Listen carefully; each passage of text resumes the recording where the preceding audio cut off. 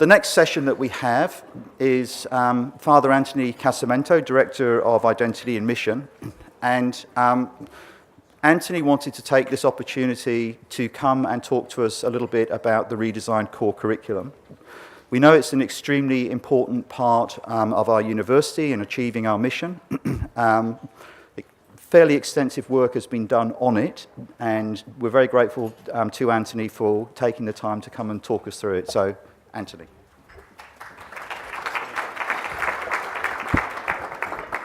I thought Kevin was going to say he'd fall asleep because I was presenting, which I'm happy for you to do if you need to. I actually think that Kevin doesn't like me because he put me on straight after Gregor. How am I going to compete with that presentation that we just heard? But I will tell you the joke that Kevin told me that Gregor referred to in his speech, because I think it's only fair that you hear the joke that was said. Kevin was telling me that someone died and went to heaven and was met by St. Peter. And St. Peter said, I'll take you for a tour of the place, get you to familiar with the new digs.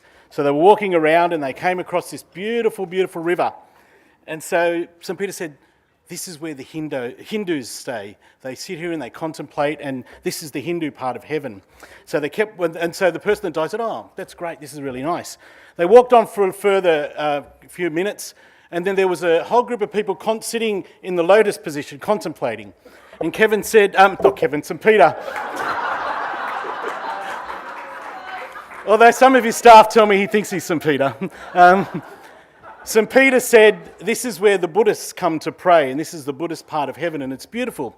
They walked a little further along, and there was this big, massive wall. And the person said to St. Peter, what's that wall over there? And he said, shh, that's where the Catholics are, and they think they're the only ones here. So that was the joke. I thought I had to share that joke. Thank you for giving me the opportunity to speak about our new core curriculum, or the reviewed core curriculum.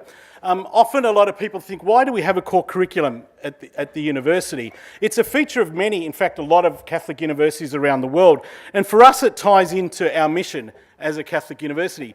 And we all know the mission statement. And so the underpinning philosophy of the core curriculum is tied up in these notions of the pursuit of knowledge, the dignity of the human person, and the common good. And as a Catholic university, we believe that we shouldn't just have a nice mission statement that we all look at every now and then, but we should enact the values of that mission statement in everything we do, including in the formation or in the critical thinking of our students. And we think that the core curriculum is a way in which we should do that. What is a core? Well, a core is a base. It comes from the Latin word for the heart, and for us, core curriculum, we believe, is at the heart of who we are as a university.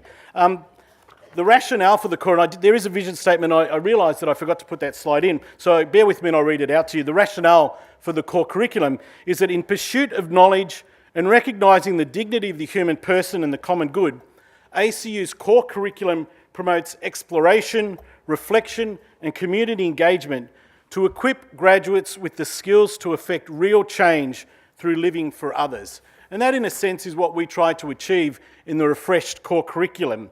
So the key features in our vision for students are to develop their critical thinking skills, to get them to think ethically, and to get them to be guided by principles of social justice so that they can be positive change agents when they graduate and move into their professions. Now, why did we have a change? Because the core was only introduced in semester 2, 2012. Why all of a sudden a change or a review of the core?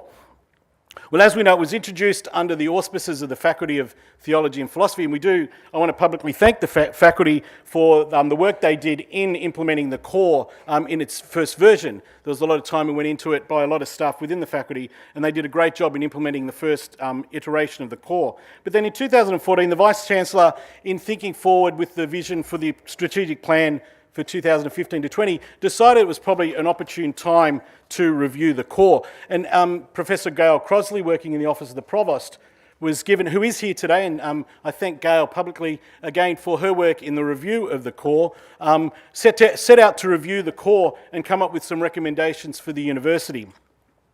So what were the recommendations that Gail came up with? Firstly, the vision for the core would need to reflect what we have learned from our experiences to date and to take into account the recent changes in context. Also, that there was an emphasis or there was an urging that senior staff should lead the commitment to the core curriculum. And so this morning I want to say to all of you that are in leadership positions in faculties, in schools, that we look to you to implement the core and to be visionaries in sharing the aims and the aspirations of the core for the university. Because without faculty support, the core just becomes a nice notion, something that looks good on brochures when we send them to our Catholic partners overseas, but doesn't mean anything in real terms for our staff and our students. The other recommendation, which was probably the most significant recommendation, was that responsibility for its delivery would be devolved back to each of the faculties. So rather than have theology and philosophy overseeing the running and implementation, and in the first iteration, a lot of the teaching of the core, that this would now be devolved to each of the faculties.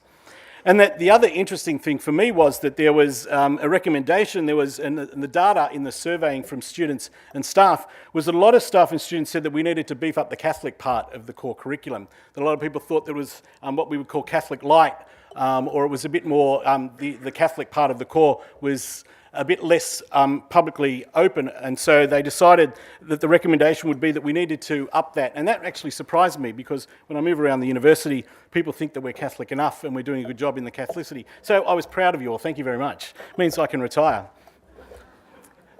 Some of the issues, though, that were raised in the core, which I think informed the way we moved into the refresh of the first unit of the core, was that there was a perception and a reality that there was an inequality between students doing the first versions of the core for those who were humanities-based students and those who were the science-based students, particularly our health science students and those in the science faculties. A lot of the materials and the text presented itself for people that had a humanities brain as opposed to a science brain. And so there was seen to be a bit of a disparity, particularly in the assessment and in the reading. And so the core review curriculum review team took that point on, and it was quite an important point. It took up a lot of the discussion that we had in the review team about how we would address that balance. One of the other issues was that there was a lot of content. In fact, if you taught some of the first units, the readings were quite intense. There was a lot of presumed knowledge in understanding philosophical and theological terminology, and there was a lot of reading to get through. And so it was one of the issues that was raised was that we needed to reduce some of the content in the core. And that it was both issue 7 and issue 9 that came up. There were demanding readings in time and the complexity of the materials. And as I said, especially because a lot of the readings were skewed towards theological or philosophical articles, and so there was a kind of an acknowledgement that we needed to balance that out. There was too much assessment, which is always a perennial thing for students and for staff who have to mark the assessment, particularly in UNC 300. There were weekly quizzes for those who taught that unit. Remember, the first 5 minutes, which really became the first 15 minutes of the class, was in the running of the quizzes and then in the marking of the quizzes each week. There was also a roll call taken in the units, and there was a perception that that was kind of treating you like high school students, that you needed to have your name ticked off to be at the class.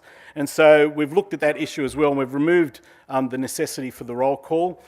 And the other big one was the excessive workload based on 150 hours. It meant that for 1 hour of face-to-face teaching, which the unit was, there was 11 hours meant to be devoted to that unit.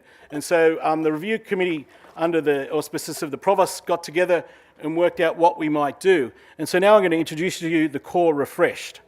So we've reduced the units from 5 to 3 units, not 2 units. And there are 2 university core curriculum units that are common to all undergraduate programs at the university, UNCC 100 and UNCC 300. And then there is the core curriculum community engagement unit that's also specific to each faculty and each program, serving on the experience of the core, but also offering students the ability to live the core through their professional practice and in their chosen discipline. So that's the new core. So we've reduced from 5 to 3 subjects. What underpins the core? When I walk around the university and talk to staff about trying to convince them that the core is a good thing to teach into, they ask me what underpins the philosophy of the core. And for a Catholic university, Catholic social teaching is the thing that underpins. I will say one thing, that we refer to it as Catholic social thought, not Catholic social teaching. And we're making that decision, and you'll see that later on in the slides, because a lot of people think that we're here to beat you with a stick and say this is what you need to believe. Catholic social thought really is a way for us to present a view of the world that we, as a Catholic university, look through the lens of life with. So we've changed the terminology. It's common to Catholic social teaching, Catholic social thought, Catholic social principles. It's about 4 or 5 different names for the same thing. We've chosen Catholic social thought because we think it's a much more pastoral approach to opening up the ideas of Catholic social teaching. But what are those principles? Well, you'll see the list of those principles there. Dignity of the human person, which we find in the university's mission statement. The common good, again, which we find in the mission statement. Subsidiarity and participation. A preferential option for the poor. Solidarity, economic justice, stewardship and creation, and the promotion of peace. So they're kind of the values and the philosophies that underpinned the new refreshed core curriculum. So the first unit that we looked at and we've changed and has just been approved by the Academic Board, in fact I think last week was the first time it was taught in a winter intensive, was UNCC 100. It used to be called, and the biggest thing was the change in name. Originally we called it Our World, Community and Vulnerability. It's now been given the title Self and Community, Exploring the Anatomy of Modern Society. It has expanded subject matter to include notions of self and community on a local and domestic level. And the reason for that is because we want to get students to start to think about the fact that they're not an island. They don't live in this world on their own. They're actually, whether they want to belong to community or whether they belong to communities, whether it's a family, it's your local community, it's the university community, it might be your football club, your ballet club, whatever it is, that you belong to a community. And so as people, you need to interact. And so there are issues about what does it mean to belong to community. And so the focus of the first unit looks at those principles, what it means to be self, but then what it means to be self-contributing to a community, whatever that community might be. The other major change for the first unit was we've changed the assessment regime, and I'll talk about that when I get further on in this presentation. We also updated the reading materials, taking on board the comments and the feedback that there was too much reading material and that it was too dense. So we've had a major review of the resourcing of the unit. The unit itself has as its underlying principle the African concept of Ubuntu, which means I am what I am because of who we are. In other words, I am the person I am because of the community that I belong to and how they've shaped who I am as an individual. And so that's one of the principles that underlies the first unit. And it aims to equip students with knowledge and understanding of the ideas of self and community as interrelated concepts, which is what I was talking about, that we can't think of ourselves just as people in isolation. And it addresses challenges we face as individuals functioning as members of a community, whatever that community might be. The review group came up with 2 intended learning outcomes. We were having a discussion yesterday at the 300 review about whether learning outcomes are intended or that they're actually intended by nature anyway. So we're going to drop the word intended from learning outcomes because they're intended by nature. And the first one is to describe coherently in writing the principles of Catholic social thought. Note the change from teaching to thought. And through a personal written commentary on each one, explain how the concepts of self and community are interrelated. And the second learning outcome is to analyse and evaluate the principles of Catholic social thought in order to write an argument that shows how issues relating to the dignity of the human person and the realisation of the common good may be addressed by you in your professional practice. In other words, the degree program that you're studying for both now as you're about to graduate from the university and into the future when you're embedded into your professional practice. The graduate attributes are the usual ones, so we might just skip over this. I think we added number 10 yesterday, didn't we, Duncan, to the first unit? Don't ask me what number 10 is, I can't remember. About the use of technology. I should have remembered that. So here's a basic rundown of the unit. So we're going to look at issues like what constitutes a good life? What does it mean to live a good life? And that question will be different, and the answer to that question will be different for every one of our students.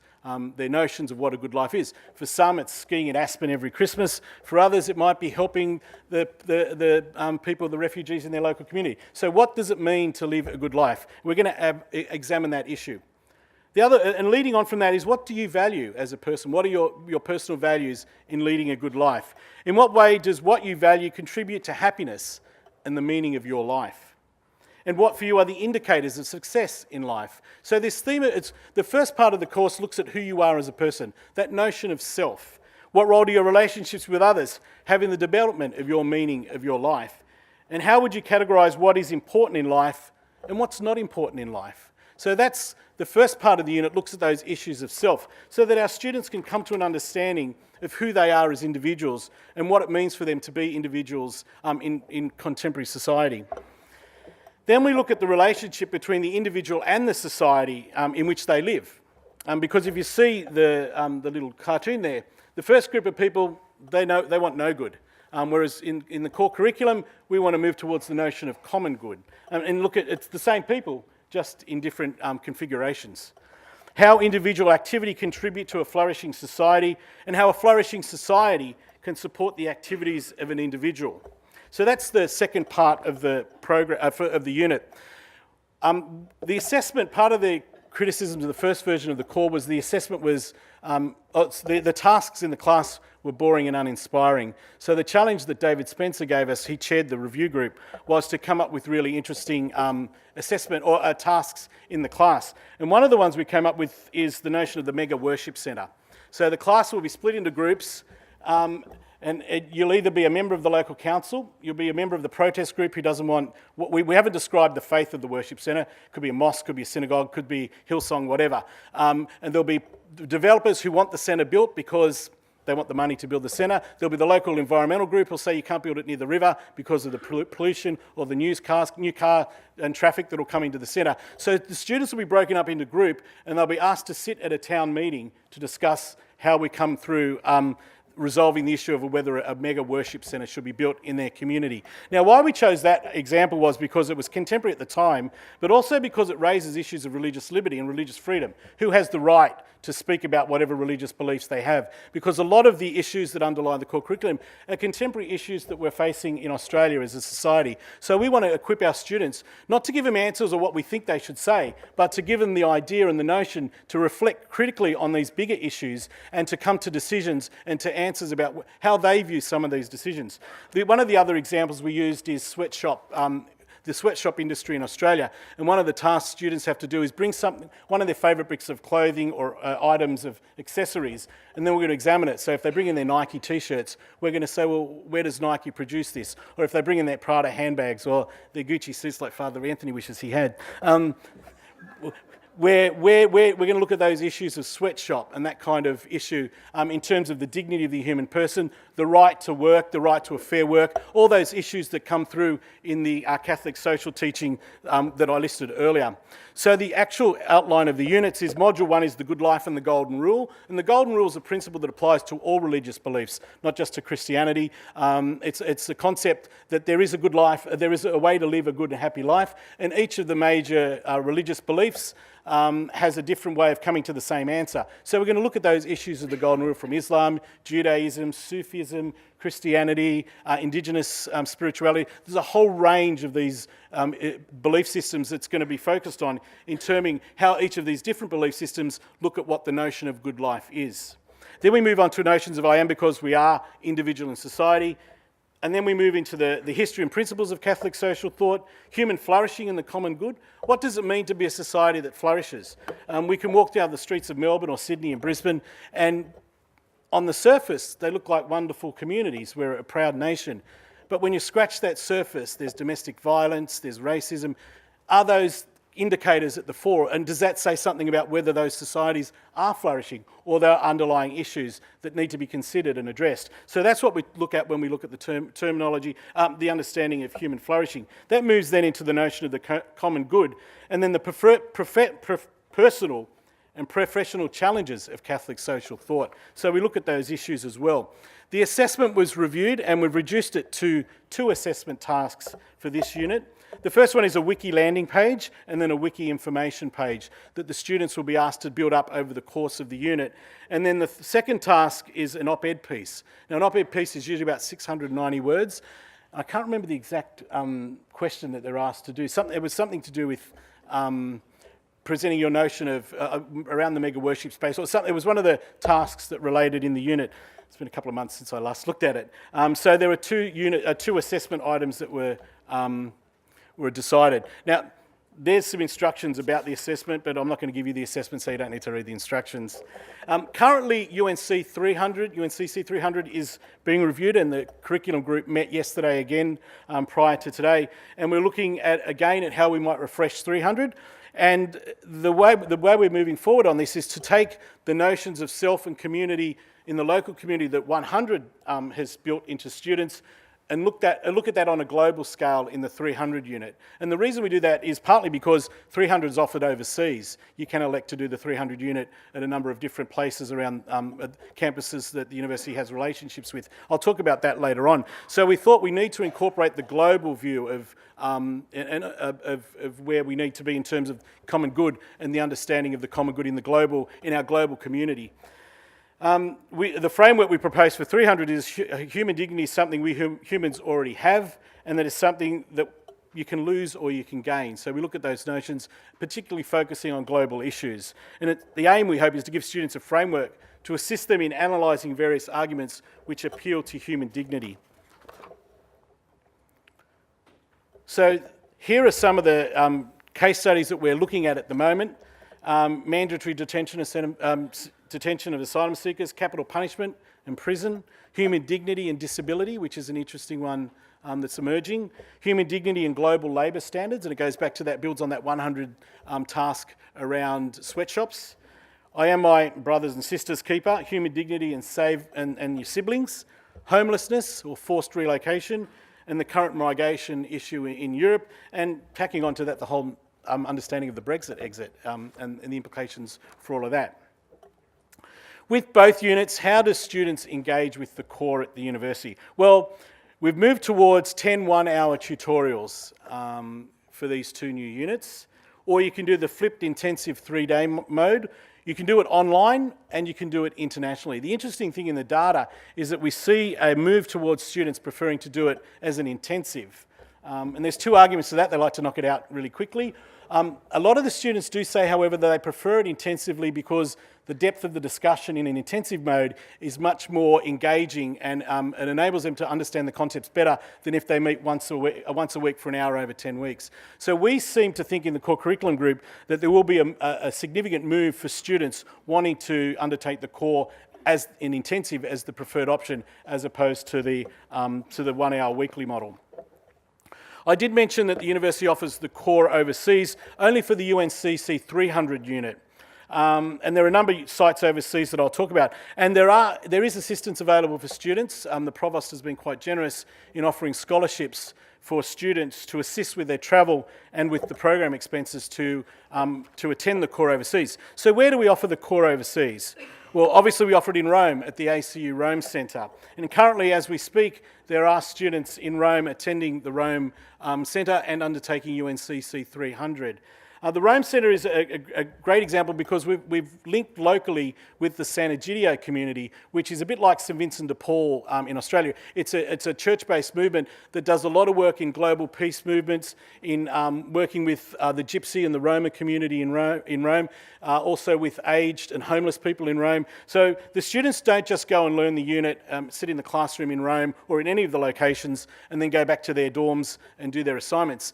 Each afternoon there is an activity or an engagement with some social service that enables them to put what they've learnt into practice. I was fortunate enough to teach the core in Florence a number of years ago, and the students were a fantastic group of students. It was the first time we offered it overseas, but the connection between what we did in the morning in the classroom and what they did in the afternoon working in community, we had a lot of our students work with Misericordia di Firenze, which is the ambulance servants in Rome, and they went out and took shut-ins who were, Florentine apartments.